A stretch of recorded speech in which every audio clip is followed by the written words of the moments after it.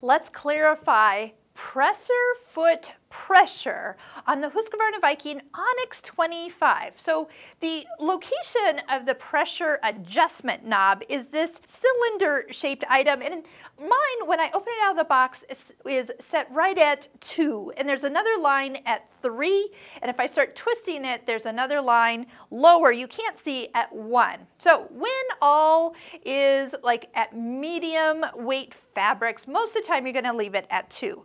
So what is pressure foot pressure in the first place? It means it's how firm this foot comes down and sits on the fabric. So why would you need to change it in the first place? Number one, if you've ever worked on stretchy fabric, so I do find that the most time I use or adjust this is for knit fabrics or even like polar fleece. So it's very stretchy. So what happens is that foot mashes down on that fabric, and while you're sewing, literally is kind of stretching it out. So if you've ever had fabric come out wavy, that is a perfect scenario that your foot stretched your fabric while it was sewing. So to change it, you would want the foot to come down not as hard. You'd want it to come down and more like gently touch it, kind of like a hovercraft, just kind of come down but not as firm. And now it's going to glide across the stretchy fabric, not hold it while it's going through and kind of pull it out of shape. So here is how I would guide you to adjust this. Since you're going to be turning it righty-tighty, so that would be for heavier pressure, and lefty-loosey for less pressure, I want you to count how many times you twist this. So if I go ahead and turn this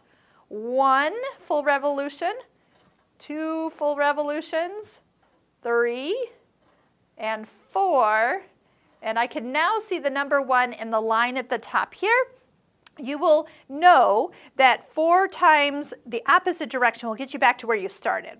So does that make sense? You don't want to just be twisting it and then like, did I do it 3 or 4 times? I like to suggest to my students to count. So now this foot is actually quite, less as it's sitting on this fabric. And as you sew, you'll definitely have the more glide feature instead of the hold feature. Now, the other direction, more pressure, so taking it closer up to 3 instead of the middle road of 2, that might be handy if you're having some really heavy fabrics that aren't going through the machine as much. You almost need to like hold it to get it to squish against those feed dogs down below that are trying to pull it through. Honestly, I tend to not ever use that as much as the stretchy scenario that I just gave you. But it is there, and for any reason you're following along a video or you're in a class and your teacher says to adjust the pressure to be more or less, you'll at least know you have that option. And then a little reminder that if you've changed it, count how many times you've twisted it so you can get it back to normal when you're done. So I'm going to go ahead there, and there's 1, 2, 3, 4, and I'm kind of back to where I started, and now I know my pressure is based on a normal weight of fabric for most of my sewing fabric choices. I hope you'll check out all the videos that we have done on this beautiful machine.